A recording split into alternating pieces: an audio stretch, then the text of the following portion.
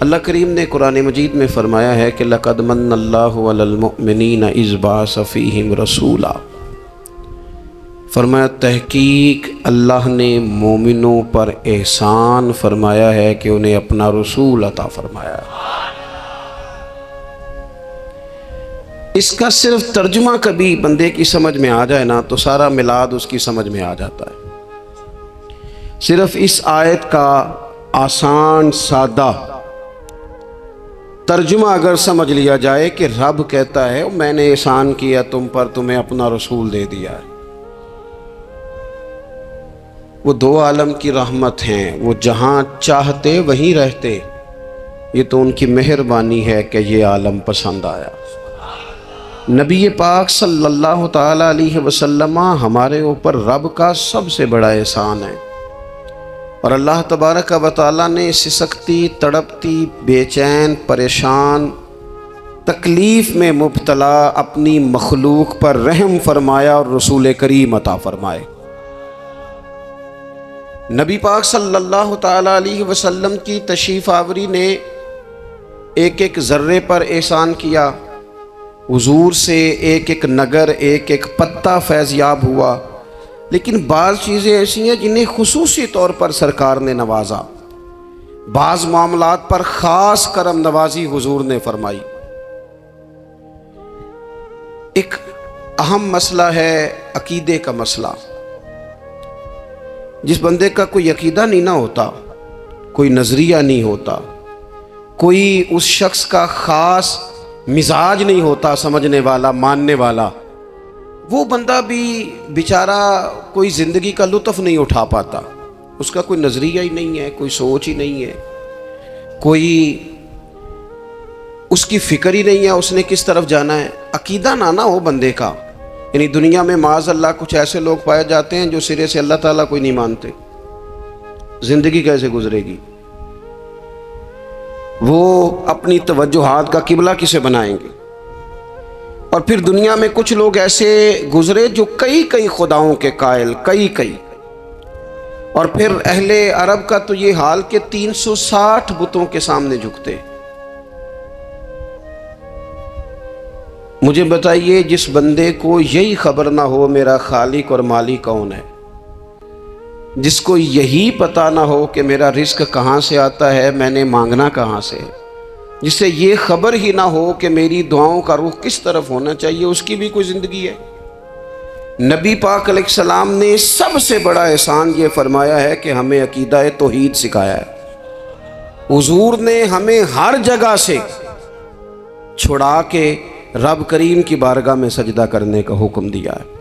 عرب کے لوگ جو تھے وہ بڑی بڑی وہم کا شکار تھے، بڑی بڑی اوہام پرستی کا شکار تھے۔ یہ آج کل بھی وہم بہت زیادہ ہے نوجوانوں میں، یعنی کوئی فیصلہ پکا ہے ہی نہیں، کوئی پکی بات ہی نہیں کرتے، یہ کر لوں کہ نہ کروں، اگر آپ کہتے ہیں تو کر لیتا ہوں، ویسے اس میں فلانی کمزوری بھی ہے، اور اگر میں نے نہ کیا تو فلاں مشکل بھی ہے۔ بھئی جس بندے نے قوت فیصلہ ہی نہیں پائی، اس نے ارادہ ہی پکا نہیں کیا کہ اس نے کدھر جانا ہے، تو وہ سفر کیسے کرے گا؟ سفر تو اس بندے کا مکمل ہوتا ہے جو سفر شروع کرتا ہے۔ عرب کے لوگ بھی بڑے بڑے اوہام پرستی کا قائل تھے۔ وہ جب قربانیاں کرتے تھے تو ان کا گوشت لا کے کعبے کی دیواروں کے ساتھ ملا کرتے تھے، یہ قبولیت کی علامت ہے۔ سارے کپڑے اتار کے کعبے کا طواف کرتے تھے، جب احرام باندھ لیتے، حج عمرے کا ارادہ کرتے تو دروازوں سے داخل نہیں ہوتے تھے۔ وہ کہتے تھے کہ دروازے گناہگار ہیں اور ہم چونکہ اب نیک کام کر رہے ہیں لہذا اوپر سے ہو کے آئیں گے۔ رسول کریم علیہ السلام نے انہیں ان سارے وہموں سے، ساری پریشانیوں سے، ان ساری بدشگونیوں سے نکال کے کہا اللہ تمہارا مالک ہے، اللہ تمہارا محافظ ہے، ہوگا وہ جو رب چاہے گا۔ ذرا سی بات پہ سہم جانا، ذرا سی بات پہ ڈر جانا۔ حضور نے لوگوں کو قوت فیصلہ عطا کی، اور اتنی بڑی قوت فیصلہ حضور نے دی کہ کل تک جو فیصلہ کر نہیں نہ پا رہے تھے، آج انہوں نے اس طرح کے فیصلے کیے کہ اپنی ساری کی ساری اولادیں لے کر وہ میدانوں میں کھڑے ہو گئے۔ وہ ڈٹ گئے کہ ہم نے کفر کے مقابلے میں جہاد کرنا ہے۔ انہوں نے طے کر لیا کہ حق کیا ہے، سچ کیا ہے۔ نبی پاک علیہ الصلوۃ والسلام نے ہمیں عقیدہ توحید دیا اور وہ طے کر کے دیا ہے نبی پاک نے، سجدہ سوائے اللہ کے کسی کو جائز، اگر کوئی عبادت کی نیت سے کرتا ہے تو سجدہ کفر ہے، اور اگر تعظیم کی نیت سے کرتا ہے تو حرام ہے۔ اعلیٰ حضرت بریلوی رحمۃ اللہ علیہ نے 50 کے قریب دلائل کتاب و سنت سے اور 100 سے زیادہ دلائل فقہ اور اصول فقہ سے بیان فرمائے ہیں کہ کسی اور کے لیے تعظیمی سجدہ بھی حرام ہے۔ نبی پاک علیہ السلام تشریف فرما تھے تو کچھ جانوروں نے آ کے حضور کے قدموں پہ سجدہ کیا، پیش نظر ہے وہ نوبہار اور سجدے کو دل ہے بے قرار، روکیے سر کو روکیے، یہی تو امتحان ہے۔ کچھ جانوروں نے جب سجدہ کیا تو صحابہ عرض کرنے لگے یا رسول اللہ صلی اللہ تعالیٰ علیہ وسلم ہمارا بھی دل کرتا ہے، تو حضور نے فرمایا بھی سجدہ سوائے رب کے کسی کے لیے جائز نہیں ہے، ہاں اگر جائز ہوتا تو میں خاتون سے کہتا کہ اپنے شوہر کو سجدہ کرے۔ نبی پاک علیہ الصلوۃ والسلام نے حد بندی کر دی۔ اور پھر دیکھیں یہ جو ہم میلاد مناتے ہیں نا، یہ میلاد اللہ تعالیٰ کی توحید کا بہت بڑا اعلان ہے۔ ہم کہتے ہیں نبی پاک کا میلاد ہوا، جس کا میلاد ہوتا ہے وہ خدا نہیں ہوتا، جو پیدا ہوتا ہے وہ رب۔ جب ہم میلاد منا رہے ہوتے ہیں تو ہم یہ بتا رہے ہوتے ہیں بھئی حضور خدا نہیں، حضور تو 12 ربیع الاول کو پیدا ہوئے، تو جو پیدا ہو رب پیدا، لم یلد ولم یولد، اللہ تبارک و تعالیٰ پیدا نہیں ہوتا، مالک تو ازلی ابدی شانیں رکھتا ہے۔ اس لیے عقیدہ توحید بندے کو مضبوط کر دیتا ہے۔ انسان جب عقیدہ توحید والا ہو جاتا ہے، اور نبی پاک علیہ السلام دنیا میں رب کی طرف بلانے آئے، وداعیا الی اللہ باذنہ وسراجا منیرا، حضور نے لوگوں کو اللہ کی جانب دعوت دی۔ جب انسان توحید والا ہو جاتا ہے تو مضبوط ہو جاتا ہے، وہ کسی سے نہیں ڈرتا، وہ سمجھتا ہے ہونا تو وہ ہے جو میرا رب چاہے گا، مجھے پریشان ہونے کی ضرورت کیا ہے۔ پھر اس کا بھروسہ بھی اللہ تعالیٰ پر، اس کی امیدیں بھی اللہ رسول سے، اس کی توجہات کا قبلہ بھی سارا ادھر ہی۔ تو حضور نے لوگوں کو عقیدہ دیا، مضبوط کیا۔ رسول پاک صلی اللہ تعالیٰ علیہ وسلم نے ذہنوں کو پختگی عطا فرمائی۔ تو سب سے بنیادی چیز حضور کا جو احسان ہے وہ عقیدہ ہے۔ پھر بعض خاص طبقات پر حضور نے خاص احسان کیا۔ آج بھی پوری دنیا میں ڈنڈورا پیٹا جاتا ہے عورتوں کے حقوق کا، پوری دنیا کے اندر، اور بعض لوگ عورتوں کو بڑا دھوکہ دیتے ہیں، کہتے ہیں تمہیں حق نہیں ملتے لہٰذا تم سڑکوں پہ آ جاؤ، معاذ اللہ، تمہیں حق نہیں ملتے لہٰذا تم معاذ اللہ بازاروں کی رونق بن جاؤ۔ عورتوں کو بڑا پریشان کیا جاتا ہے حقوق کے تعلق سے۔ نبی پاک علیہ السلام کی آمد سے پہلے کوئی خاتون کے ساتھ سلوک اچھا نہیں کیا جاتا تھا، اس کا کوئی جائیداد میں حصہ نہیں تھا۔ عورت کا خامد اگر فوت ہو جاتا تو وہ اپنے سسرال کے خاندان کی پراپرٹی بن جاتی، معاذ اللہ، اور جس کے مرضی چاہے سپرد کر دیتے۔ ہندوستان کے بعض علاقوں میں ایسی کبھی رسمیں بھی پائی جاتی تھی کہ بعض عورتیں اپنے خامد کے ساتھ جل جانا مناسب سمجھتی تھی کہ بعد میں کوئی زندگی تو ہوگی نہیں، اور بیوہ خاتون اور طلاق یافتہ خاتون، اس کے بارے میں تو لوگوں کا خیال تھا کہ شاید یہ خاتون بالکل سوسائٹی اور سماج کا حصہ ہی نہیں ہونی چاہیے۔ قربان جائیں، یہ اعزاز میرے نبی پاک نے دیا ہے۔ حضور نے پہلی شادی ہی اس خاتون سے کی ہے جن کا پہلے بھی نکاح ہو چکا تھا، اور خاتون کو حضور نے حقوق دیے، جائیداد میں حصہ دیا۔ کہا جو بیٹیوں کی بہنوں کی پرورش کر کے آئے گا اور اچھی پرورش کر کے انہیں روانہ کر دے گا، جس طرح میری 2 انگلیاں جڑی ہوئی ہیں میرے ساتھ جڑ کے جنت میں جائے گا۔ اور ایک روایت میں فرمایا کہ جب کسی کے ہاں بیٹی پیدا ہوتی ہے نا تو اللہ فرشتوں کو بھیجتا ہے، اور وہ اس کے گرد کھڑے ہو جاتے ہیں اور گھر والوں کو سلام کہتے ہیں، اور کہتے ہیں یہ ضعیفہ ایک ضعیفہ سے پیدا ہوئی ہے، یہ کمزور، یعنی صنف کے لحاظ سے کمزور نازک بچی ایک نازک ماں سے پیدا ہوئی ہے۔ فرشتے کہتے ہیں جو اس کی پرورش کرے گا نا، اللہ قیامت تک اس کی مدد کرے گا، اس کی ہمیشہ مدد ہوتی رہے۔ اور نبی پاک صلی اللہ تعالیٰ علیہ وسلم کی خدمت میں آ کے جب خواتین نے کہا تو نا یا رسول اللہ، ہمارے تو دین دنیا کے معاملات میں مردوں کے تعلق سے کمزوری ہے، کئی دن تو ہم ویسے نماز نہیں پڑھ سکتی مہینے میں، کئی دن تو ہم ویسے عبادات کے قریب نہیں جا سکتی، جہاد پہ ہم نہیں جاتی، گواہی ہماری مردوں کے برابر نہیں، تو یا رسول اللہ صلی اللہ علیہ وسلم ہمارا بھی کوئی اعزاز ہے؟ تو حضور نے فرمایا جب کوئی خاتون حاملہ ہوتی ہے نا تو اللہ اسے اتنا ہی ثواب دیتا ہے جتنا جہاد کرنے والے کو ثواب دیتا ہے، اور جب بچہ پیدا ہوتا ہے تو اللہ تعالیٰ اسے شہادت کا درجہ عطا کرتا ہے، اور جب وہ بچوں کو دودھ پلاتی ہے تو رب اسے غلام آزاد کرنے کا ثواب عطا کرتا ہے۔ ایک دفعہ نا نبی پاک صلی اللہ تعالیٰ علیہ وسلم کی خدمت عالی مرتبت میں حضرت عائشہ صدیقہ رضی اللہ تعالیٰ عنہ نے ایک واقعہ عرض کی حضور آج میرے ساتھ عجیب معاملہ ہوا، میں گھر میں اکیلی تھی تو ایک خاتون 2 بیٹیوں سمیت آئی، اس نے کہا کہ میں بھی بھوکی ہوں، میری بیٹیاں بھی پریشان ہیں، کھانا نہیں کھایا۔ سیدہ پاک کہتی ہیں یا رسول اللہ میرے پاس بھی 3 کھجوریں تھیں گھر میں پڑی، یہ 2 جہاں کے شاہ ہیں پر پاس کچھ رکھتے نہیں، اور 2 جہاں کی نعمتیں ہیں ان کے خالی ہاتھ میں۔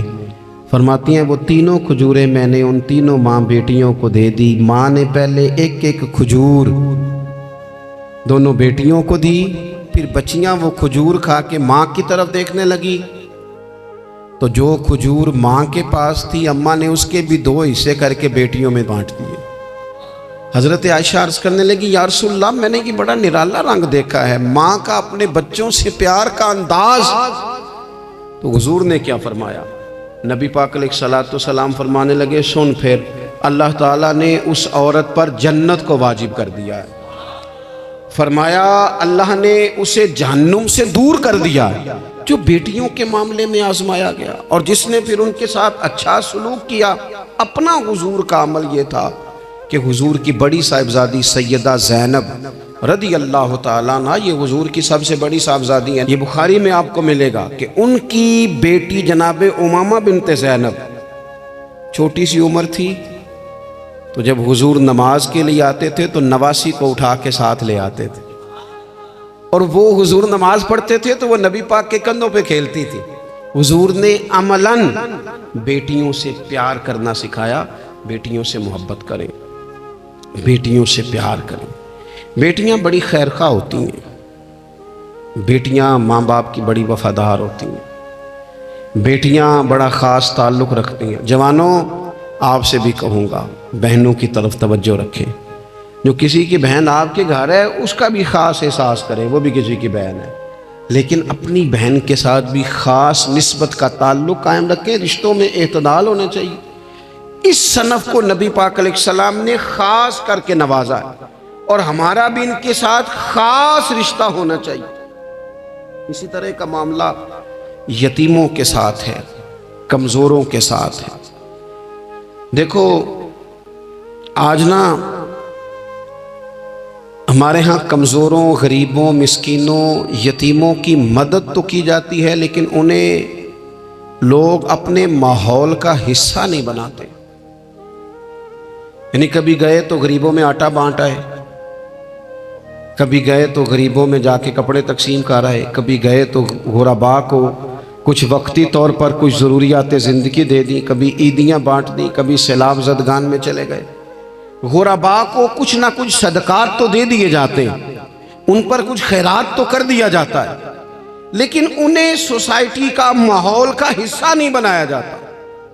ایسا نہیں ہوتا کہ ان غرباء کے بچوں کو اٹھا کے بڑے شہروں میں لایا جائے، ان کی تعلیم کا خیال کیا جائے، انہیں اپنے ماحول میں رکھا جائے، ان کی بہترین پرورش کا بندوبست کیا جائے۔ کائنات میں بڑے لوگوں نے کام کیا ویلفیئر کا، بڑے لوگوں نے غریبوں کے ساتھ تعاون کیا، بڑے لوگوں نے محبت کی، سب قابل تعریف ہے، لیکن ہم نے یہ کیا کہ ان کی امداد تو کی، لیکن ان کی محرومیوں کا ازالہ نہیں کیا۔ اور وہ امداد لے رہے تھے تو ان کی پچھلی نسل بھی امداد لے رہی تھی، یہ نسل بھی امداد لے رہی، اور خدا نہ کرے کہ اگلی نسل کو بھی امداد لینا پڑے۔ میرے نبی پاک صلی اللہ تعالیٰ علیہ وسلم کا انداز کچھ اس طرح کا ہے کہ امام بہقی نے لکھا ہے، حضرت بشیر بن عقبہ رضی اللہ تعالیٰ عنہ کہتے ہیں میرے والد انتقال کر گئے تھے، اور میں ایک جگہ پہ بیٹھ کر رو رہا تھا کہ نبی پاک صلی اللہ تعالی علیہ وسلم میرے قریب سے گزرے، کیوں روتے ہو؟ یا رسول اللہ میرے والد کا انتقال ہو گیا، میری والدہ رخصت ہو گئی۔ تو یہ ہمیں حضور نے سبق دیا ہے، یہ یتیموں غریبوں کا خیال رکھنے کا یہ بھی ایک نقطہ، یہ بھی انداز ہے۔ کائنات کا بڑے سے بڑا درد دل رکھنے والا بندہ یہاں تک نہیں جا سکتا جو میرے رسول کریم نے بیان فرمایا۔ کہتے ہیں نبی پاک علیہ السلام فرمانے لگے، بشیر بن عقبہ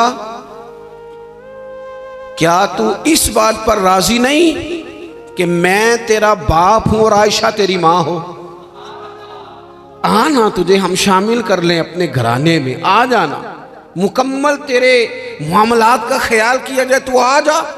اتنا بڑا درجہ نبی پاک نے تو حضرت سلمان فارسی کے بارے میں بھی فرمایا کہ میں نے انہیں اپنی اہل بیت میں شامل کر لیا۔ رسول اللہ صلی اللہ تعالی علیہ وسلم غرباء کے لیے، مساکین کے لیے، یتیموں کے لیے، ناداروں کے لیے جو خاص احسان بن کے آئے، وہ یہ والا لہجہ نہیں کہ ہم مطمئن ہو گئے کہ ٹھیک ہے ہم گئے تو تھے، اتنے پیکٹ بانٹ تو آئے، اتنا کچھ ہم نے دے تو دیا، فلانا کام کر تو لیا، اور وہ بھی کب تک کیا؟ جب تک خبریں تیز تھیں۔ ہمارے ملک میں سیلاب آیا، میڈیا نے خبر دی، شور ہوا، لوگوں نے بڑی کوشش کی، الحمدللہ بڑے اچھے جذبات کا اظہار کیا، ڈھیر سارے لوگ وہاں گئے۔ میں آپ سے پوچھتا ہوں کہ کیا سیلاب زدگان سارے اپنے اپنے گھروں میں چلے گئے؟ ان کے گھر بن گئے؟ لیکن ہمارے جذبے کیوں ٹھنڈے ہو گئے؟ اس لیے کہ خبریں ٹھنڈی ہو گئی۔ ہم تو چلتے ہیں ٹرینڈ کے ساتھ کہ آج کل ٹرینڈ کیا ہے، اگر خبر ادھر کی ہے تو ذوق ادھر کا ہے، خبر ادھر کی ہے تو ذوق ادھر کا ہے۔ دیر پا کام کرنا اور خاص جذبات پیدا کرنا ان لوگوں کے لیے۔ حضرت سیدنا عبداللہ بن ابی اوفا رضی اللہ تعالیٰ عنہ روایت کرتے ہیں، ایک یتیم بچہ آیا تھا، اس نے عرض کی حضور میری ماں بھی بھوکی ہے اور میری ایک ہمشیرہ ہے وہ بھی بھوکی ہے، اے روٹی دا دکھ نہ پوچھو، روٹی تے بندہ کھا جاندی دے۔ یہ جو بھوک ہوتی ہے نا، بھوک، بہت سارے لوگ نا، میں ایک شادی میں تھا تو وہاں ایک دو لوگ کھانا کھا رہے تھے، تو بعض لوگ انہیں دیکھ دیکھ کے مذاق کر رہے تھے، ویڈیو بنا رہے تھے، کہتے دیکھو کھانا ہی نہیں آتا، کیا انداز ہے، سارا ان کا منہ جو ہے وہ کھانے سے بھر گیا، ہاتھ دیکھو کہاں تک ان کے لتھڑ گئے، کیا انداز ہے۔ تو میں نے کہا تم ان کے کپڑے بھی تو دیکھو نا، انداز، بیٹھنا اٹھنا، کپڑے پہننا، یہ غریبی کا پتہ دیتے ہیں۔ بھوک جب تیز لگی ہو پھر کھانے کے آداب لوگوں کو یاد نہیں رہتے۔ غربت نے میرے بچوں کو تہذیب سکھا دی، اب وہ سہمے ہوئے رہتے ہیں، شرارت نہیں کرتے۔ وہ عزیز، ہوتا یہ ہے کہ جب انسان کو بھوک شدید لگی ہو نا، پھر اسے ڈاکٹر کی ہدایات نہیں یاد رہتی، پھر تو پیٹ کی آگ بجھانے کو لوگ دوڑتے ہیں۔ تو کہتے ہیں اس بچے نے آ کے عرض کی، یا رسول اللہ صلی اللہ تعالی علیہ وسلم ماں بھی بھوکی ہے، بہن بھی بھوکی ہے۔ حضور نے نا اسے 21 کھجوریں عطا فرمائی، فرمایا 7 تیری، 7 تیری بہن کی، 7 تیری والدہ کی۔ اور یہ حضور نے 21 کھجوریں دی ہیں، یہ نبی پاک نے 21 دی ہیں، ہاں یہ حضور نے 21 دی، اور حضور تو اشارہ بھی کر دینا تو پھر روٹی ساری زندگی ختم نہیں ہوتی۔ وہ حضرت ابو ہریرہ کو بھی ملی تھی، فرماتے ہیں میں کئی سال کھاتا رہا، 1 کلو کھجوریں تھی پر ختم ہی نہیں ہوئی۔ 21 کھجوریں حضور نے دیں۔ حضرت معاذ ابن جبل رضی اللہ تعالیٰ عنہ اٹھے اور دوڑ کے جا کے نا اس یتیم کے سر پہ ہاتھ پھیرا اور کہنے لگے، پتر اللہ تجھے اپنے والد کا جانشین بنائے۔ تو حضور فرمانے لگے، معاذ یہ تم نے کیا کیا؟ عرض کی حضور اس بچے کی بات سن کے میرا دل بھر آیا ہے، محبت نے انگڑائی لی ہے تو میں نے یتیم کے سر پہ ہاتھ پھیرا ہے، یہ دیکھو حضور کا رشتہ۔ نبی کریم فرمانے لگے، سن پھر جس نے کسی یتیم کے سر پر محبت سے ہاتھ ہی پھیر دیا نا، تو اللہ ہر بال کے بدلے اسے ایک نیکی بھی عطا کرے گا، ایک گناہ بھی معاف کرے گا، ایک درجہ بھی بلند فرمائے گا۔ چلو ہاتھ ہی پھیر دیا، تو نے کچھ تو کیا یتیم کے ساتھ، تیرا کوئی تو اس سے رشتہ ہوا۔ اور تیسرا طبقہ ہے غلاموں کا، مسکینوں کا، غریبوں کا۔ میں اور آپ اس ملک میں رہتے ہیں جہاں کچھ لوگوں کو کھانا بھی نہیں وقت پہ ملتا، اور کچھ لوگ 5 لاکھ روپیہ گاڑی کا اس لیے اضافی دے دیتے ہیں کہ مجھے ذرا نا نیو ماڈل جلدی چاہیے۔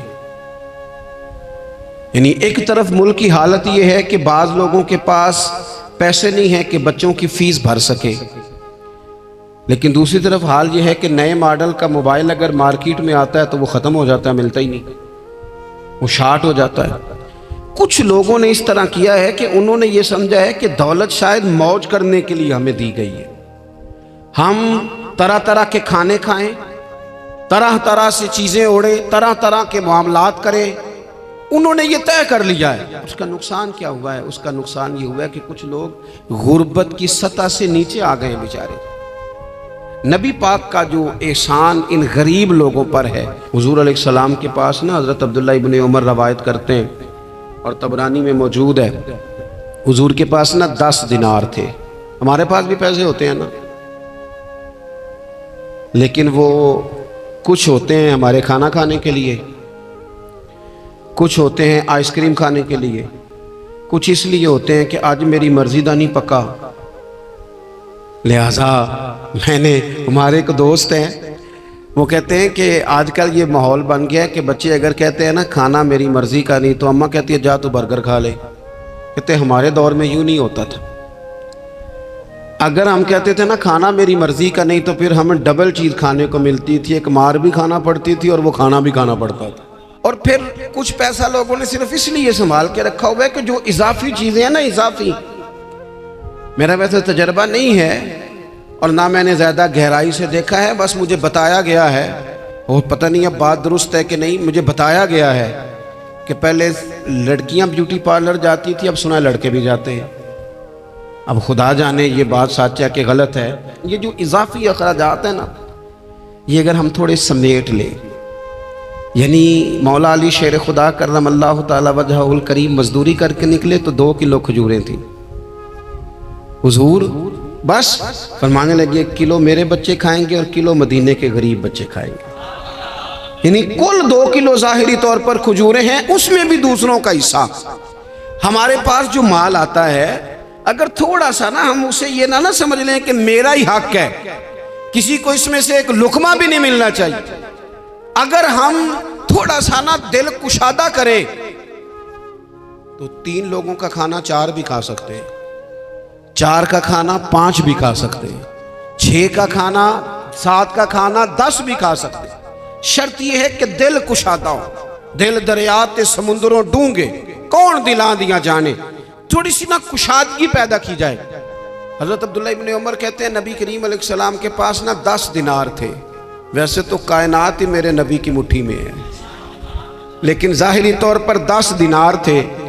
حضور ایک دکان پہ گئے، 4 دینار کا حضور نے ایک جوڑا خریدا، کپڑے خریدے، وہ قمیض حضور نے پہنی تو ایک انصاری آگے بڑھ کے عرض کرنے لگے حضور میرا بڑا دل کر رہا ہے، یہ مجھے نہیں دے دیتے آپ؟ تو حضور خوش ہو گئے۔ یہ میرے محبوب کا دروازہ ہے کہ جب کوئی مانگتا ہے تو حضور خوش ہو جاتے ہیں۔ نبی کریم سے مانگا اس شخص نے تو حضور خوش ہو گئے، اور محبوب نے وہ کرتا، وہ کپڑے اتار کے اس انصاری کو عطا کر دی، اور 4 دینار کے اور خرید لیے، باقی بچے 2 دینار۔ نبی کریم وہ لے کے نکلے، رخصت ہوئے گھر جانے کے لیے، تو رستے میں خاتون کو روتے ہوئے دیکھا، حضور رک گئے، فرمایا کیوں رو رہی ہو؟ عرض کرنے لگی یا رسول اللہ صلی اللہ تعالی علیہ وسلم میں فلاں آدمی کی کنیز ہوں، نوکرانی ہوں، اس نے آٹا لینے بھیجا تھا 2 دینار کا، وہ 2 دینار گم ہو گئے، حضور نے 2 دینار اسے عطا کر دی، وہ دیے تو پھر رو رہی تھی، فرمایا اب کیوں روتی ہو؟ کہنے لگی یا رسول اللہ ڈرتی ہوں دیر بڑی ہو گئی یا مار ہی نہ پڑے۔ تو حضور نے فرمایا چل نہ میں تیرے ساتھ چلتا ہوں۔ حضور ان کے گھر گئے، وہ اہل ایمان کا گھر تھا جن کی وہ کنیز تھی، جا کے کہا السلام علیکم، اندر سے جواب ہی نہیں آیا، پھر فرمایا السلام علیکم، کوئی جواب ہی نہیں آیا۔ محبوب کا طریقہ مبارکہ تھا 3 دفعہ دستک، پھر واپسی، تیسری دفعہ کہا السلام علیکم تو وہ سارے بول پڑے وعلیکم السلام یا رسول اللہ، حضور ماں باپ قربان۔ حضور فرمانے لگے میں نے پہلے بھی 2 دفعہ سلام لیا، بولا کوئی نہیں۔ کہا یا رسول اللہ اپنے نصیب تھے نا کہ ہم پہ سلامتیاں بھیج کون رہا ہے، ہم نے سوچا ذرا 3 دفعہ مل جائے سلامتی، ذرا مل جائے نا، حضور سلامتی بھیج رہے ہیں تو آتی رہے نا۔ تو محبوب کریم علیہ السلام فرمانے لگے یہ تمہاری کنیز وہاں کھڑی رو رہی تھی، اس بیچاری کے 2 دینار گم ہو گئے تھے، اسے دوبارہ سامان لاتے کچھ دیر ہو گئی، اس پر سختی نہ کرنا، مارنا نہ۔ غلام کہنے لگے حضور اس خاتون کے قربان جائیں جو ہمارے کریم رسول کو ہم جیسے غریبوں کے گھر تک لے آئی ہے، مارنا کیا، ہم اسے آزاد کرتے ہیں، یہ آزاد ہے اللہ کی رضا کے لیے۔ یہ دیکھو یہ میرے نبی پاک کا انداز ہے۔ حضور نکلے تو جناب عبداللہ ابن عمر فرماتے ہیں رسول کریم فرمانے لگے شکر ہے اللہ تعالیٰ کا، 10 دینار تھے، ایک انصاری نے بھی قمیض پہن لی، میں نے بھی قمیض پہن لی، اور رب نے ایک کنیز کو آزاد بھی فرما دیا۔ یہ انداز ہمیں نبی کریم نے دیا ہے کہ ہم اپنے دولتوں میں، اللہ کی عطاؤں میں غرباء کو، قریبیوں کو، رشتہ داروں کو، بہن بھائیوں کو تھوڑا شریک کر لیں، تاکہ وہ جو آسودگی اللہ نے ہمیں دی ہے اس میں سے دوسروں کو بھی کچھ نفع ملے۔ اور ایک بات آخر میں آپ کی خدمت میں یہ عرض کرنی ہے کہ جو زیر دست لوگ ہوتے ہیں نا، غلام، ملازم، نوکر، آپ اپنی زندگی کے مسائل دیکھ لیں، جن لوگوں کے پاس لاکھوں آتا ہے، کبھی ہزاروں آنے لگ جائے تو پریشان ہو جاتے ہیں، تو جن کے پاس صرف سینکڑوں ہوتے ہیں، تو ایسا تو نہیں کہ آپ ہی ٹینشن میں ہیں اور آپ ہی کو غصہ آتا ہے، وہ بیچارہ کبھی نوکر بھی تو ٹینشن میں ہو سکتا ہے نا، ملازم کو بھی تو کبھی ٹینشن ہوتی ہے نا، اس کے ساتھ بھی تو مسائل وابستہ ہے نا۔ حضرت سیدنا ابو مسعود انصاری رضی اللہ تعالیٰ عنہ بیان کرتے ہیں کہ مجھے اپنے غلام پہ غصہ آیا تو میں اسے مار رہا تھا، نبی کریم تشریف لے آئے، حضور نے ایک جملہ کہا تو میں رو پڑا۔ حضور فرمانے لگے جتنا اختیار تجھے اس پر حاصل ہے نا، اس سے کہیں بڑھ کر رب کو تیرے اوپر اختیار حاصل ہے، لہٰذا اللہ سے ڈر، اس کے معاملے میں اللہ سے ڈر۔ اور پھر حضور تو صرف غلام نہیں، جانوروں کے حق تک کا خیال فرماتے ہیں۔ ایک جگہ تشریف لے گئے تو اونٹ آپ کے پیروں پہ سر رکھ کے رویا، نبی کریم نے اس کی پشت پہ ہاتھ پھیرا، فرمایا اس کے مالک کو بلاؤ نا۔ جب وہ آیا تو کیا ارشاد فرمایا؟ فرمایا تو اس کے معاملے میں اللہ سے نہیں ڈرتا، اس نے شکایت کی ہے کہ تو اس کی طاقت سے زیادہ بوجھ ڈالتا ہے، چارہ اور پانی بھی وقت پر نہیں دیتا۔ یہ حضور کے احسانات ہیں، ہمیں ان احسانات کا خاص خیال رکھنا چاہیے۔